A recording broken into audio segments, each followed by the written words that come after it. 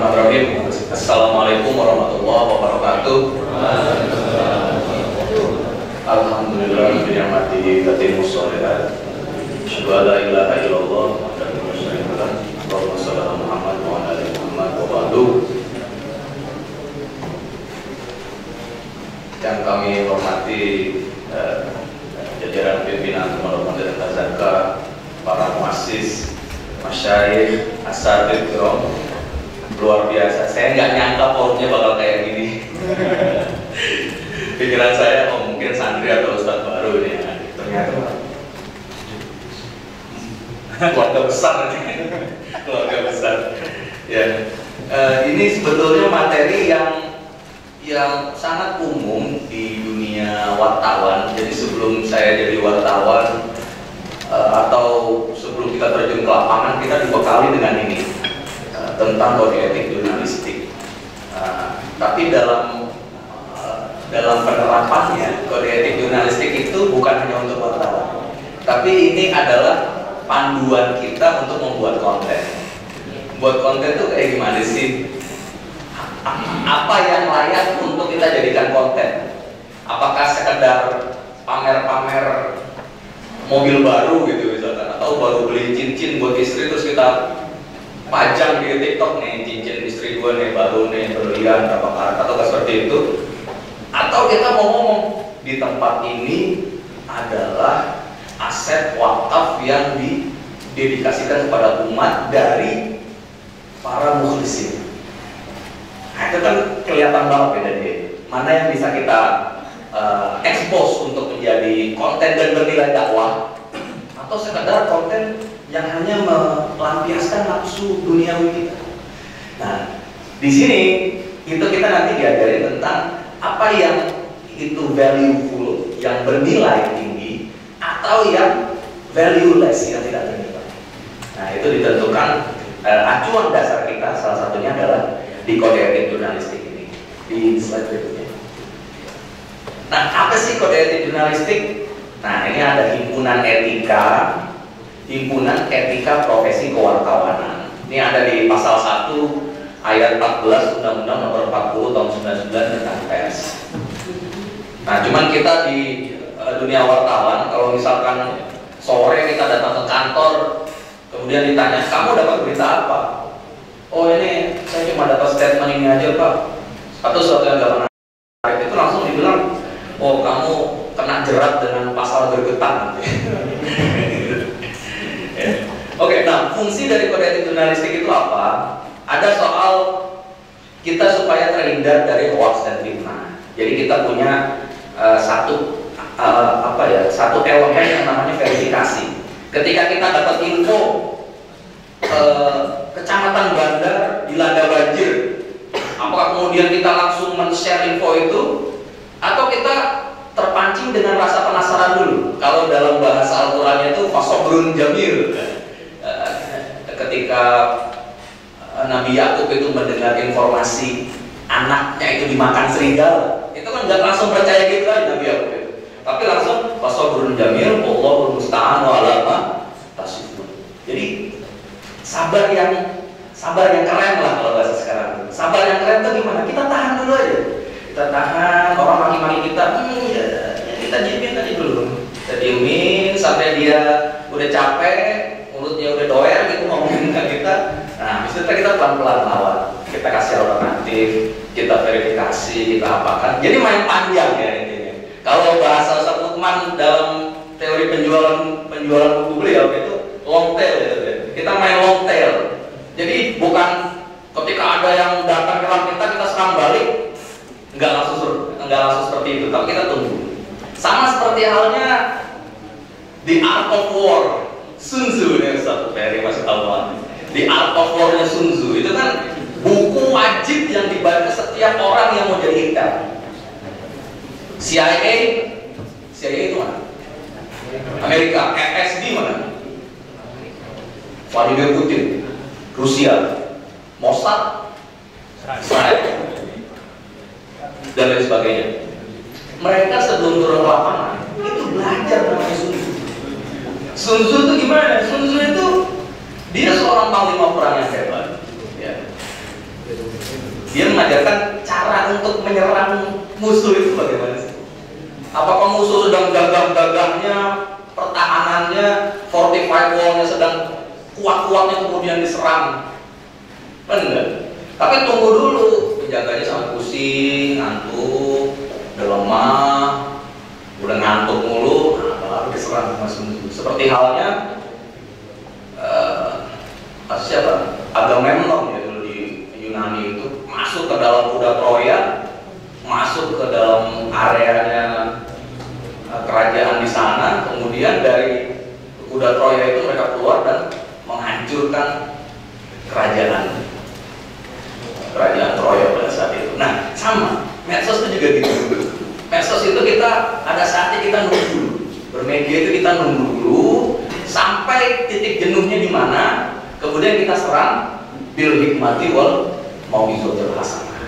Orang nyerang kita dengan caci maki, gak apa-apa, tapi kita balas mereka dengan hikmah wal mau'izatil hasanah. Kenapa? Karena kita orang berpendidikan, karena kita orang beriman. Ya. Cara orang beriman dalam merespon serangan-serangan media itu adalah dengan bahasa-bahasa iman, bahasa-bahasa Al-Quran, kira-kira gitu ya. Nah, makanya fungsi lain dari definisi dari koreotik jurnalistik itu ada soal keteraturan, ada aturan yang menjadi pakem kita, dan ada fungsi estetika tadi, keindahan.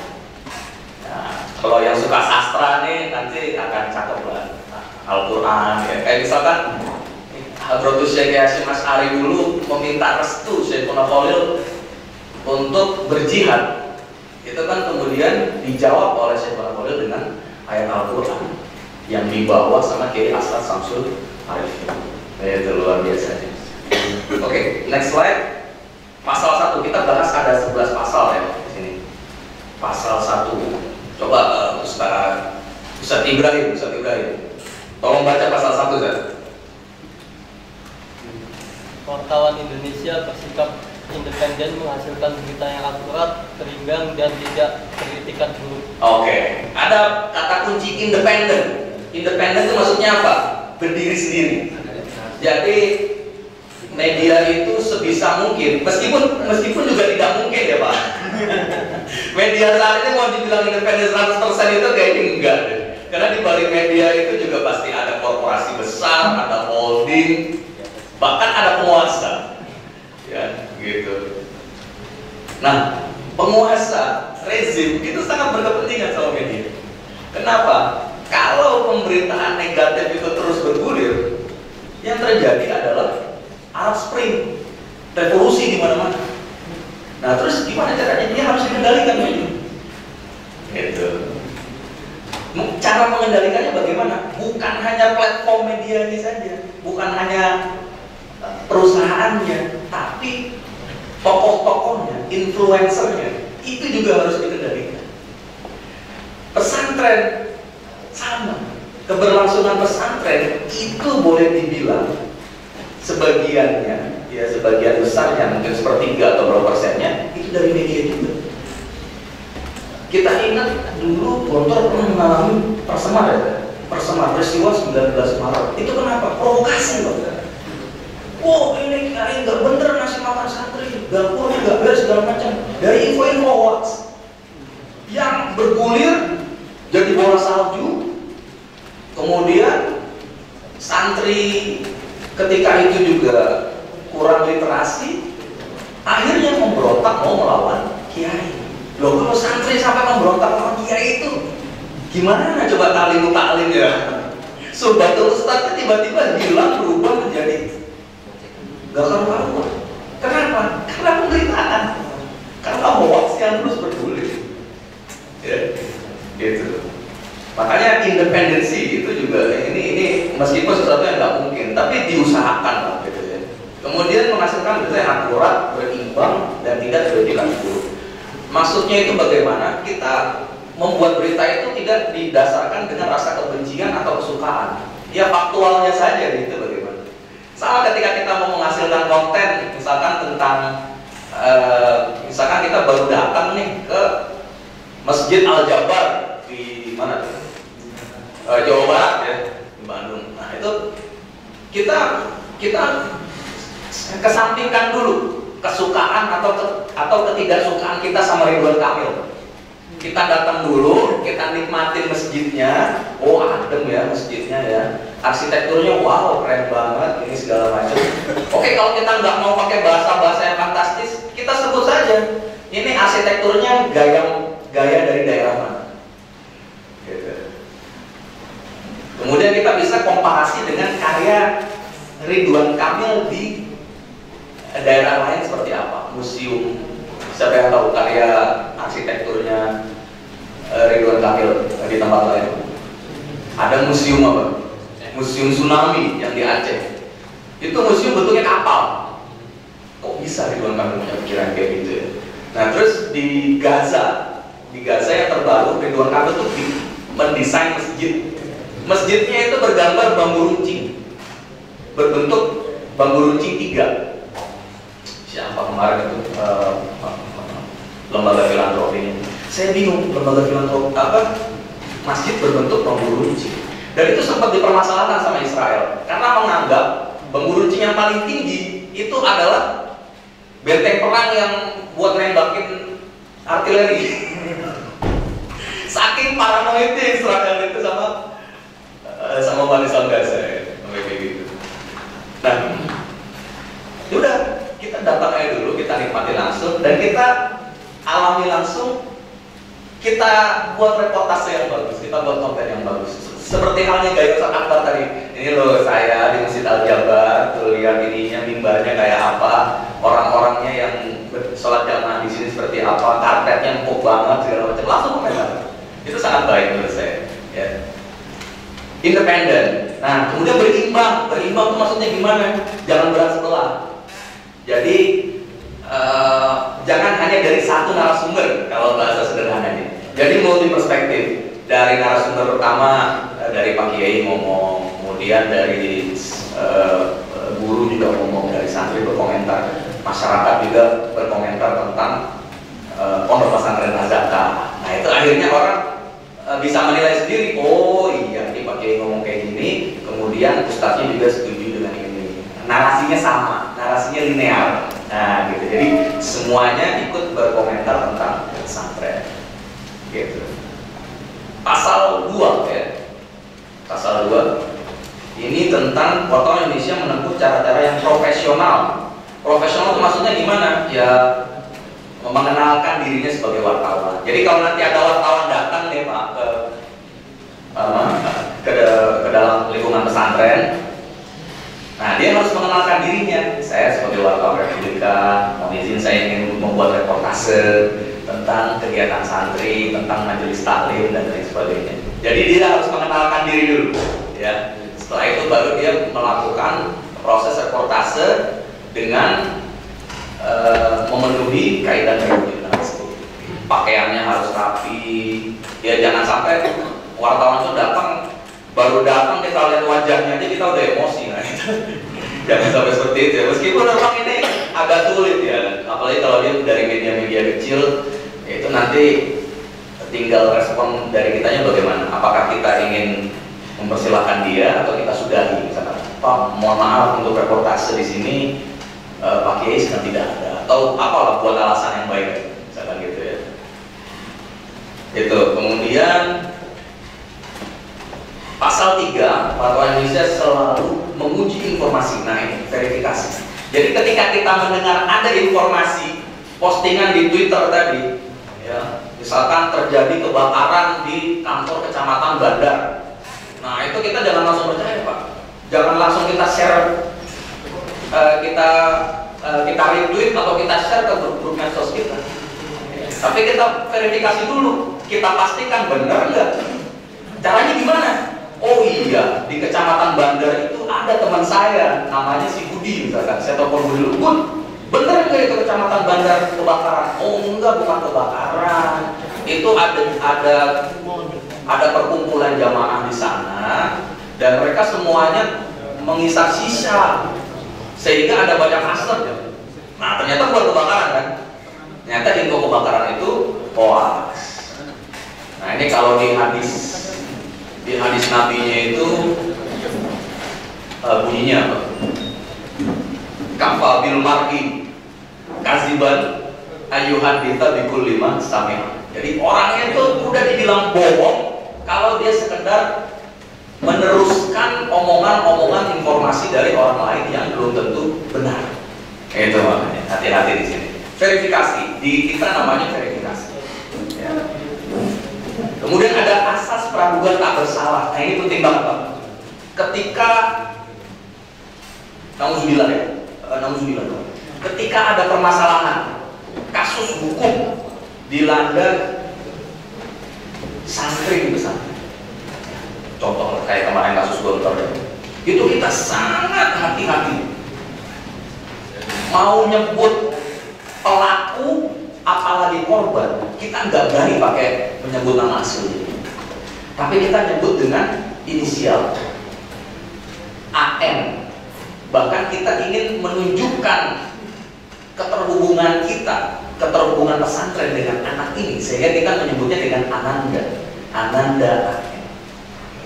Kita kepada santri pun pasti seperti itu kan. Kita mau santri itu sebagai anak kita, maka kita perlakukan mereka seperti halnya anak kita sendiri. Ananda akhir.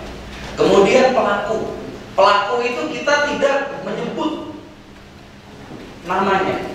Kenapa? Karena ada asas praduga tak bersalah. Dia belum tentu salah. Terus siapa yang membuktikan dia bersalah? Siapa Pak? Pengadilan, hakim. Begitu mempertimbangkan, hakim memutuskan bahwa siapa namanya, si Tono terbukti melanggar pasal sekian, divonis 10 tahun penjara. Tok. Nah setelah ketok palu itu barulah dia berstatus bersalah. Bukan lagi tersangka, bukan lagi terdakwa, tapi sudah terpidana. Nah, kalau sudah terpidana, berarti dia sudah 100% di situ sudah bersalah.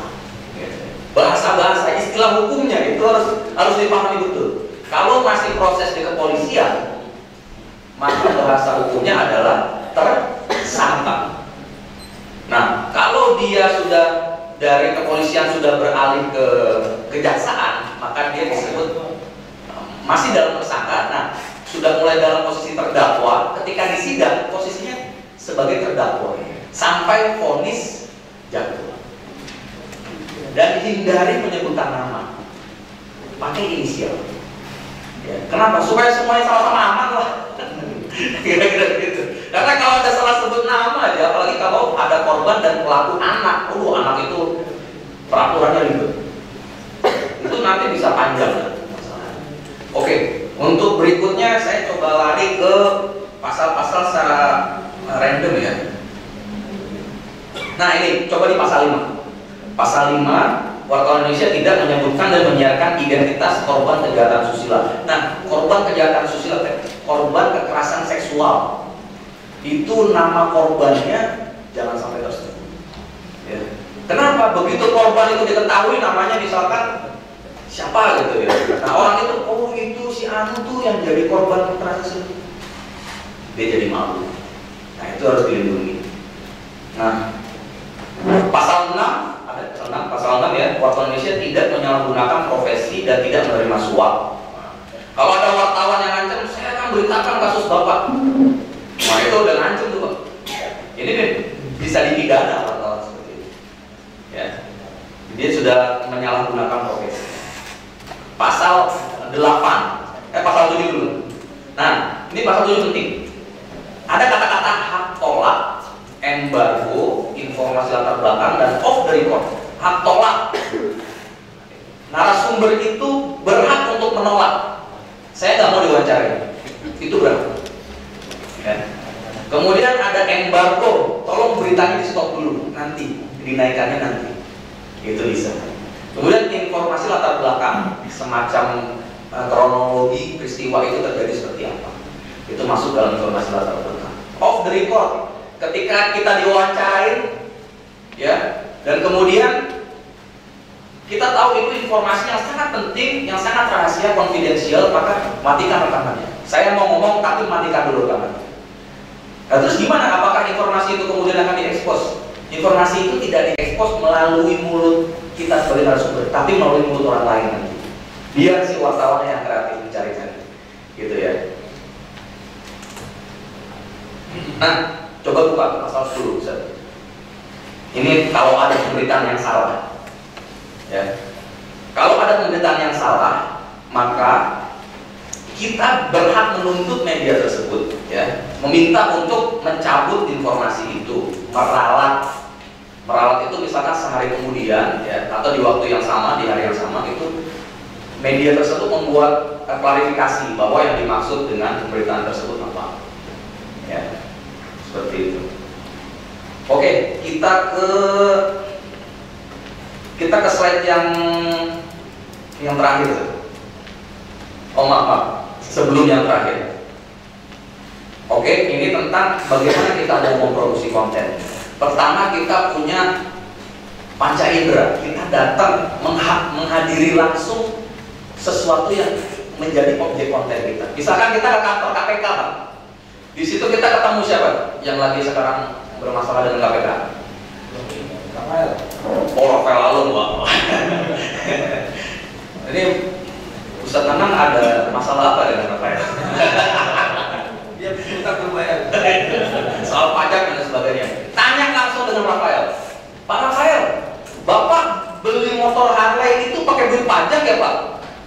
Terus Rafael Alun ngomong, oh enggak. Ngomongnya sambil garuk-garuk kepala. Tulis aja Rafael Alun _2, saya tidak membeli Harley dari uang pajak, kata dia sambil garuk-garuk kepala. Biarin pembaca yang bilang. Ini orang beneran ngomong kayak gitu atau bohongan? Biarin nanti pembaca yang nilai. Jadi segala apa yang kita saksikan, yang kita rasakan, kita laporkan dalam konten kita. Gitu. Nah kemudian habis itu kita jahit ya, konten kita edit lah, proses editing, sunting. Nah, kita pastikan lagi sudah benar atau belum, apa yang salah, apa yang kurang. Di sini estetikanya bermain di sini. Ya. Kemudian tanya orang terdekat kita. Kalau saya pernah bilang ke bapak-bapak, coba tanya sama istrinya. Ini Bu, ini udah layak belum Bu untuk saya posting? Kalau ibunya cemberut setelah itu, loh berarti nggak layak. Kalau udah oke, bagus, domir kita aja setelah itu bermain. Kira-kira kalau saya posting konten ini manfaatnya apa ya? Nah, kalau kita rasa itu bermanfaat, oke kita eksekusi. Jadi ada proses, ada fase yang mengharuskan kita tadabbur dulu sebelum kita eksekusi konten. Oke, di slide akhir ini hadis ya ibadillah alladzina idza ru'u dzukira. Jadi sebaik-baiknya hamba Allah itu kalau yang kita lihat mukanya itu kita termotivasi untuk zikir, Pak.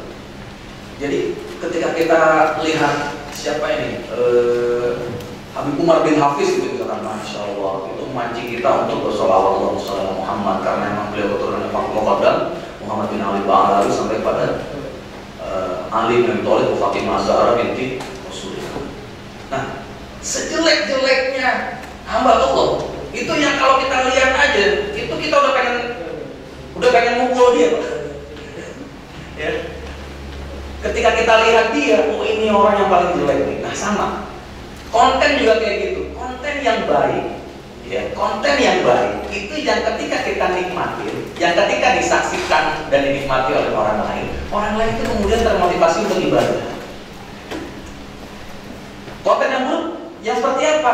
Konten yang buruk itu setelah kita baca, kita malah memfitnah orang, mencaci maki orang, dan lain sebagainya.